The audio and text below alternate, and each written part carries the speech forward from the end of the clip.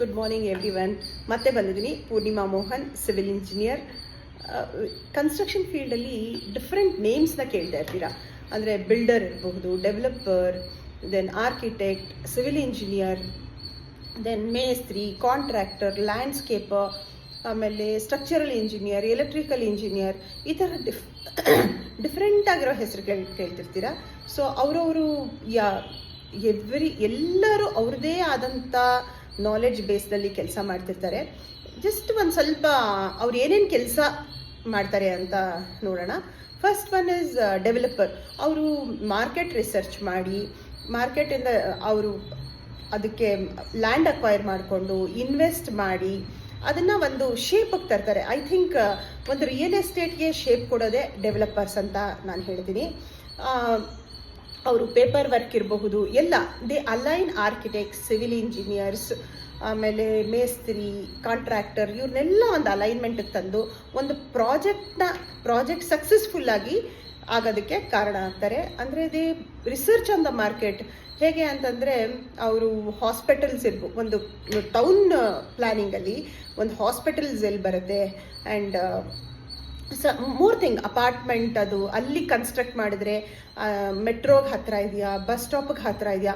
They have a vast knowledge on market research. ಅದನ್ನು ಮಾಡಿ invest ಮಾಡಿ ಪರ್ಮಿಷನ್ ತೊಗೊಂಡು they construct and they just ಒಂದು ಪ್ಯಾಕೇಜ್ ಥರ ಸೊಸೈಟಿಗೆ ಕೊಡ್ತಾರೆ ಅಂತ ನನ್ನ ಅನಿಸಿಕೆ. Next builder they builds as they say. Builder ಅಂತಂದರೆ ಅವರು ಕಾಸ್ಟ್ ಇದನ್ನು ಅಂದರೆ ದುಡ್ಡು ಹಾಕೋದು ಕನ್ಸ್ಟ್ರಕ್ಷನ್ಗೆ ಮೋಸ್ಟ್ಲಿ ದುಡ್ಡು ಹಾಕೋದಿಲ್ಲ. ಇವಾಗಿನ ಬಿಲ್ಡರ್ಸು ಎಲ್ಲ ದುಡ್ಡು ಹಾಕಿ ಮಾಡ್ತಾ ಇದ್ದಾರೆ, ಕೆಲಸ ಮಾಡ್ತಾ ಇದ್ದಾರೆ. The builders are more in to structural analysis. ಅಂತಂದರೆ ಈ ಸ್ಟ್ರಕ್ಚರಲ್ ಪ್ಲ್ಯಾನಿಂಗು, ಕನ್ಸ್ಟ್ರಕ್ಷನ್ನು ಮತ್ತು ಮೆಟೀರಿಯಲ್ ಅನಾಲಿಸಿಸ್ಸು, ಎಲ್ಲಿಂದ ಹತ್ತಿರದ ಜಾಗದಿಂದ ಎಲ್ಲಿ ಬರುತ್ತೆ, ಅದರ ರೇಟ್ ಎಷ್ಟು ಕಾಂಪಿಟೇಟಿವ್ ಆಗಿದೆ. ನಿಮ್ಗೊಂದು ಮೆಟೀರಿಯಲ್ ಬಂದರೆ, ಅಂದರೆ ಒಂದು ಸಿಮೆಂಟ್ ಇರ್ಬೋದು, ಸ್ಯಾಂಡ್ ಇರಬಹುದು, ಅಥವಾ ಜಲ್ಲಿ ಇರ್ಬೋದು, ಏನಾದರೂ ಕನ್ಸ್ಟ್ರಕ್ಷನ್ ಮೆಟೀರಿಯಲ್ಲು ಎಷ್ಟು ಕಾಸ್ಟ್ ಎಫೆಕ್ಟಿವ್ ಆಗಿದೆ. ಅಂದರೆ ಅವರು ಬಿಲ್ಡರ್ ಕಟ್ಟಿರೋದಾದರೆ ಕ್ವಾಲಿಟಿ ಕಡಿಮೆ ಇರುತ್ತೆ, ಆ ಥರ ಅಲ್ಲ, ಕಾಂಪಿಟೇಟಿವ್ ರೇಟ್ಸಿಂದ ತರ್ತಾರೆ. ಅಂದರೆ ಹೋಲ್ಸೇಲಾಗಿ ಅವರು ಬೈ ಮಾಡೋದ್ರಿಂದ ಖಂಡಿತ ಕಾಂಪಿಟೇಟಿವ್ ರೇಟ್ಸಲ್ಲಿ ತಂದು builders now they are giving their soul to the construction field. ತುಂಬ ಜನ ಬಿಲ್ಡರ್ಸ್ ತುಂಬ ಒಳ್ಳೆ ವರ್ಕ್ಸ್ ಮಾಡಿ ಜನರಿಗೆ ತಲುಪುವಂಥ ಕೆಲಸ ಮಾಡ್ತಾ ಇದ್ದಾರೆ. So next one is architect ಏನು ಮಾಡ್ತಾರೆ ಅಂತಂದರೆ ಅವರು ಎಸ್ಥೆಟಿಕ್ಸ್, ಅಂದರೆ ಮನೆ ಫ್ರಂಟ್ ಎಲಿವೇಶನ್ನು ಎಷ್ಟು ಚೆನ್ನಾಗಿ ಕಾಣಿಸ್ಬೋದು, space management mainly they are good at space management. ಅಂದರೆ ಎಷ್ಟು ದೊಡ್ಡ ಹಾಲ್ ಬೇಕು ಆ್ಯಂಡ್ ರೂಮ್ ಬೇಕು, ಇದನ್ನೆಲ್ಲ ಅವರು ಕ್ಲೈಂಟನ್ನ ಅರ್ಥ ಮಾಡಿಕೊಂಡು ನಿಮ್ಮ ಮನೇನ ಪ್ಲ್ಯಾನ್ ಮಾಡಿಕೊಡ್ತಾರೆ. ದೆನ್ ಅವರು ಒಂದು ಸ್ವಲ್ಪ ಎಸ್ಥೆಟಿಕ್ ಲುಕ್ಸ್ಗೂ ಇಂಪಾರ್ಟೆನ್ಸ್ ಕೊಡ್ತಾರೆ. ಅಂದರೆ ನಿಮಗೆ ಚೆನ್ನಾಗಿ ಕಾಣಿಸ್ಬೇಕು, ಮನೆ ಎಲಿವೇಶನ್ ಚೆನ್ನಾಗಿ ಕಾಣಿಸ್ಬೇಕು, ಅಥವಾ ಬಂದ ತಕ್ಷಣ ವಾವ್ ಫೀಲಿಂಗ್ ಅಂತೀವಿ, ಬಂದ ತಕ್ಷಣ ಎಷ್ಟು ಚೆನ್ನಾಗಿದೆ ಅಲ್ವಾ, ಆ ಥರ ಮನೆಗೆ ಬಂದ ತಕ್ಷಣ. ಮತ್ತು ಗರಾಜು ಎವ್ರಿಥಿಂಗ್ ದೇ ಪ್ಲ್ಯಾನ್. ನಾವು ಕೆಲವ್ರು ಏನು ಮಾಡ್ತಾರೆ, ಹಾಲ್ ಒಂದು ಚೆನ್ನಾಗಿ ಪ್ಲ್ಯಾನ್ ಮಾಡ್ಕೊಳ್ತಾರೆ, ಇರಲಿ ಬಿಡಪ್ಪ, ರೂಮ್ ಏನು ಪರವಾಗಿಲ್ಲ, ಅಡುಗೆ ಮನೆ ಏನು ಪರವಾಗಿಲ್ಲ, ದೇವ್ರ ಮನೆ ಏನು ಪರವಾಗಿಲ್ಲ, ಈ ಥರ ಅಂದ್ಕೊಂಡ್ಬಿಡ್ತೀವಿ. ಆರ್ಕಿಟೆಕ್ಟ್ಸ್ನಲ್ಲಿ staircase designs, double height ಮನೆ ಇದ್ದರೆ ಸ್ಟೇರ್ ಕೇಸ್ಗಳು ಡಿಸೈನ್ ಮಾಡೋದಿರಬಹುದು. Basically they are into the designing of the house. Next ಅವರು ಸ್ಟ್ರಕ್ಚರಲ್ ಡೀಟೇಲ್ಸ್ ಏನು, ಅವ್ರು ಸ್ಟ್ರಕ್ಚರಲ್ ಇಂಜಿನಿಯರ್ ಹತ್ರ ಸ್ಟ್ರಕ್ಚರಲ್ ಡೀಟೇಲ್ಸ್ ತಗೊಳ್ತಾರೆ. ಸೊ ಈ ಥರದ್ದು ಒಂದಷ್ಟು ಪ್ಲಾನಿಂಗ್ ಮೇಲೆ ಆರ್ಕಿಟೆಕ್ಟ್ ಕೆಲಸ ಮಾಡ್ತಾರೆ. Then civil engineers and architects go in hand ಅಂತ ಹೇಳ್ತೀವಿ. ಅಂದರೆ ಇವಾಗ ಆ್ಯಸ್ ಅ ಸಿವಿಲ್ ಇಂಜಿನಿಯರ್ ಅವರು ಆರ್ಕಿಟೆಕ್ಟ್ಸ್ ಹತ್ರ ಪ್ಲ್ಯಾನ್ ಮಾಡಿಸ್ಕೊಂಡು ಅದನ್ನು ಡಿಸೈನ್ ಮಾಡಿಸ್ಕೊಂಡು, ನೆಕ್ಸ್ಟ್ ಸ್ಟ್ರಕ್ಚರಲ್ ಇಂಜಿನಿಯರ್ ಹತ್ರನೂ ಪ್ಲ್ಯಾನ್ ಮಾಡಿಸ್ತಾರೆ, ಸ್ಟ್ರಕ್ಚರಲ್ ಡೀಟೇಲ್ಸ್ ತೊಗೊಂಡಿರ್ತಾರೆ. ಇವರು ಆರ್ಕಿಟೆಕ್ಟ್ಸು ಅಷ್ಟೇ ಸಿವಿಲ್ ಇಂಜಿನಿಯರ್ನ ಇಟ್ಕೊಂಡು ದೇ ಜಸ್ಟ್ ಪ್ಲ್ಯಾನ್. ಈ ಥರ ಸಣ್ಣ ಪುಟ್ಟ ಅಡ್ಜಸ್ಟ್ಮೆಂಟ್ಸು ಅಥವಾ ಸಣ್ಣ ಪುಟ್ಟ ವ್ಯಾಲ್ಯೂಡ್ ಪಾಯಿಂಟ್ಸ್ ಇಬ್ಬರು ಕನ್ಸಿಡರ್ ಮಾಡಿ ಒಂದು ಮನೇನ ಸಕ್ಸಸ್ಫುಲ್ಲಾಗಿ ಕಂಪ್ಲೀಟ್ ಮಾಡೋಕ್ಕೆ ಕೆಲಸ ಮಾಡ್ತಾರೆ.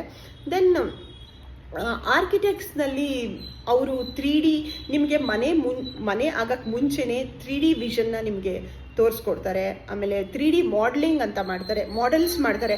ನಿಮ್ಮ ಮನೇನ ಮುಂಚೆನೇ ಅವರು ಹೇಗಿದೆ ಅಂತ ತೋರಿಸಿ, ನೀವು ನೋಡಿರ್ಬೋದು ರೋಡಲ್ಲಿ ಹೋಗ್ತಾ ಎಲ್ಲ ಬ್ಯಾನರ್ಸ್ ಎಲ್ಲ ಹಾಕಿರ್ತಾರೆ, ಈ ಥರ ಬರುತ್ತೆ. ಕಟ್ಟಕ್ಕೆ ಮುಂಚೆನೇ ಒಂದು ಬ್ಯಾನರ್ ಹಾಕಿರ್ತಾರೆ ನಿಮಗೆ, ಇದು ಈ ಥರ 2 ಬೆಡ್ರೂಮ್ ಅಪಾರ್ಟ್ಮೆಂಟು ಮತ್ತು ಎಲಿವೇಶನ್ನು ಇದರಲ್ಲಿ ಈ ಥರ ಇರುತ್ತೆ. ಇದನ್ನೆಲ್ಲ ಪ್ಲ್ಯಾನ್ ಮಾಡಿರೋರು ಜನರಲಿ ಆರ್ಕಿಟೆಕ್ಟ್ಸೇ ಆಗಿರ್ತಾರೆ. ನೆಕ್ಸ್ಟ್ ಸಿವಿಲ್ ಇಂಜಿನಿಯರು ಕ್ವಾಲಿಟಿನಲ್ಲಿ ಅವರು ಕಾಂಪ್ರಮೈಸ್ ಮಾಡ್ಕೊಳ್ಳಲ್ಲ. ಅಂದರೆ ಒಂದು ಸ್ಟ್ರಕ್ಚರು ಎಷ್ಟು ಸ್ಟ್ರಾಂಗ್ ಆಗಿರಬೇಕು, ಎಷ್ಟು weight, they mainly concentrate on beams, columns, foundation. ಈ ಥರ ಇದಕ್ಕೆ ಬಂದಾಗ ಕನ್ಸ್ಟ್ರಕ್ಷನ್ಗೆ ಅಂತ ಬಂದಾಗ they are very good at construction ಪಾರ್ಟಲ್ಲಿ. ಆ್ಯಂಡ್ ಪ್ಲ್ಯಾನಿಂಗ್ ಪಾರ್ಟಲ್ಲಿ ಖಂಡಿತ architects take a major role. ನನ್ನ ಪ್ರಕಾರ ಸಿವಿಲ್ ಇಂಜಿನಿಯರ್ಸ್ ಕನ್ಸ್ಟ್ರಕ್ಷನ್ ಪಾರ್ಟಲ್ಲಿ ಇದೇ ಡಿಫ್ರೆನ್ಸ್ ಇರುತ್ತೆ. ಆರ್ಕಿಟೆಕ್ಟ್ ಆ್ಯಂಡ್ ಸಿವಿಲ್ ಇಂಜಿನಿಯರ್ಸ್ಗೆ ಇದೇ ಡಿಫ್ರೆನ್ಸ್ ಇರುತ್ತೆ. ಅವರು ಆಸ್ಥೆಟಿಕ್ಸ್ ಬಗ್ಗೆ ತುಂಬ ಕಾನ್ಸಂಟ್ರೇಟ್ ಮಾಡ್ತಾರೆ, ನಾವು ಸ್ಟ್ರಕ್ಚರ್ಸು, ಬೀಮ್ಸು, ಕಾಲಮ್ಸ್ ಇದ್ರ ಬಗ್ಗೆ ತುಂಬ ಬಟ್ ಇಬ್ಬರೂ ಒಳ್ಳೆ ಇದನ್ನೇ ಕೊಡ್ತಾ ಇದ್ದೀವಿ ಅನ್ಸುತ್ತೆ ಸಮಾಜಕ್ಕೆ. ನೆಕ್ಸ್ಟ್ ಥಿಂಗ್ ಕಾಂಟ್ರಾಕ್ಟರ್ಸ್ ಆಲ್ಸೋ ಇವಾಗ ಅವ್ರಿಗೆ ವರ್ಕ್ ಎಕ್ಸ್ಪೀರಿಯನ್ಸ್ ತುಂಬ ಇರುತ್ತೆ, ಮೆಟೀರಿಯಲ್ ಮ್ಯಾನೇಜ್ಮೆಂಟು. ಇವಾಗ ನಾವು ಆರ್ಕಿಟೆಕ್ಟ್ ಆಗಲಿ, ಸಿವಿಲ್ ಇಂಜಿನಿಯರ್ಸ್ ಆಗಲಿ, ಲೇಬರ್ ಕಂಟ್ರೋಲ್ ಮಾಡೋದು ಅಥವಾ ಮೆಟೀರಿಯಲ್ ತರೋದು ಇದನ್ನೆಲ್ಲ ಭಾಳ ನಮಗೆ ಕಷ್ಟ ಇರುತ್ತೆ. ಕಾಂಟ್ರಾಕ್ಟರ್ಸ್ಗೆ ಅಲ್ಲಿರೋ ಲೋಕಲ್ ಮೆಟೀರಿಯಲ್ ವೆಂಡರ್ಸ್ ಎಲ್ಲ ಪರಿಚಯ ಇರ್ತಾರೆ.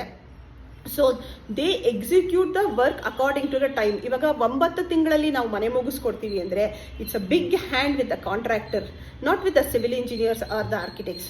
ಬಿಕಾಸ್ ಅವ್ರಿಗೆ ಒಂದು ಫೋನ್ ಮಾಡ್ತಾರೆ, ಇಷ್ಟು ಲೋಡ್ ಮರಳಬೇಕು, ಇಷ್ಟು ಲೋಡ್ ಜಲ್ಲಿಬೇಕು ಅಂತ, ಅಟ್ ಅಬೌಟ್ 2 hours ಲೇಟರ್ ಬಂದ್ಬಿಟ್ಟಿರುತ್ತೆ ಅದರಲ್ಲಿ. ಅಂದರೆ ಸೈಟ್ಗೆ ಮೆಟೀರಿಯಲ್ ಬಂದಾಗೋಗಿರುತ್ತೆ. So this is a contractors and civil engineers ಒಳ್ಳೆ ರ್ಯಾಪೋ ಇದ್ದರೆ ಖಂಡಿತ ನಿಮ್ಮ ಮನೆ ತುಂಬ ಚೆನ್ನಾಗಾಗುತ್ತೆ. ಸೊ ನೀವೇ ಕೆಲಸ ಮಾಡ್ಕೊಳ್ತೀವಿ, ನಾವೇನೇ ಮನೆ ಕೆಲಸ ಮಾಡ್ತೀವಿ, ಒಂದು ಲೇಬರ್ ಇದ್ದರೆ ಅದು ಖಂಡಿತ ಸಾಧ್ಯ ಇಲ್ಲ. ಯಾರಾದರೂ ಮಿಡ್ಲ್ ಮ್ಯಾನ್ ನೆಸೆಸಿಟಿ ಇದ್ದೇ ಇರುತ್ತೆ. ಒಂದು ಪ್ಲ್ಯಾನಿಂಗ್ಗೆ ಆರ್ಕಿಟೆಕ್ಟ್ ನೆಸೆಸಿಟಿ ಇದ್ದೇ ಇರುತ್ತೆ.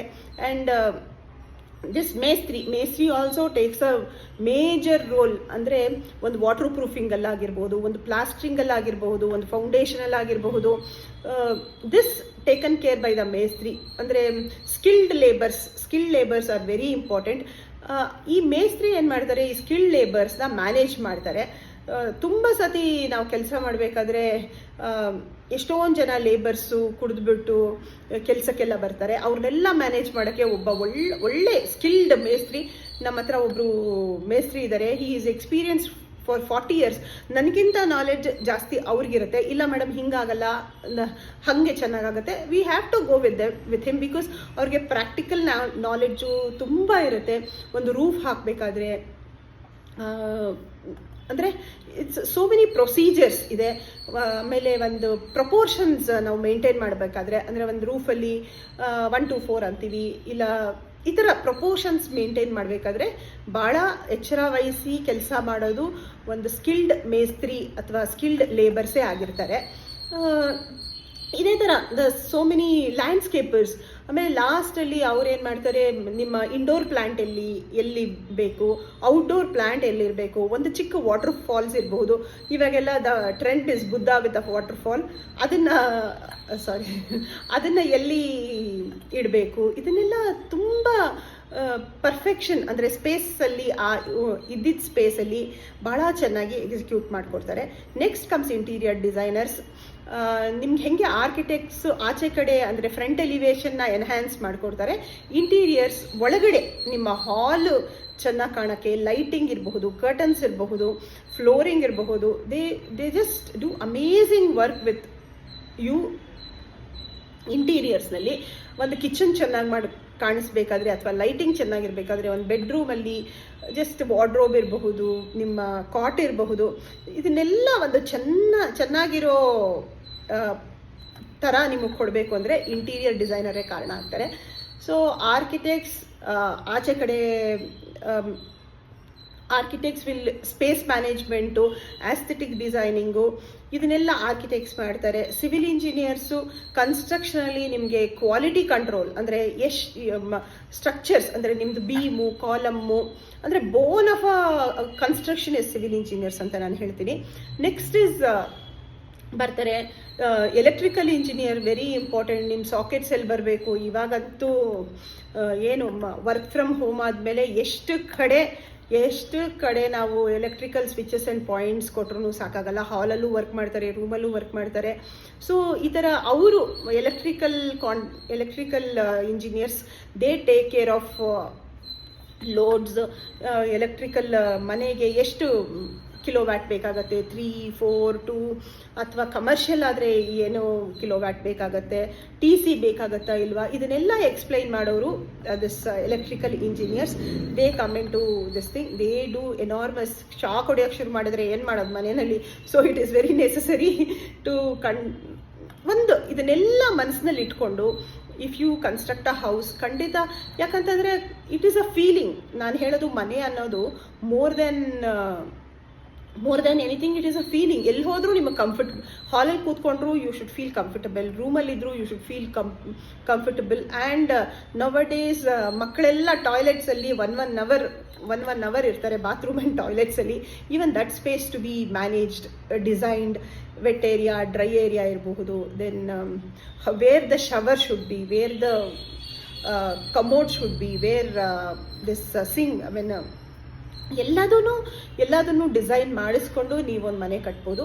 ಸೊ ಐ ಥಿಂಕ್ ದಿಸ್ ಸ್ವಲ್ಪ ಇದು ಬಂದಿರ್ಬೋದು ಅನ್ಸುತ್ತೆ. Thank you so much. Bye.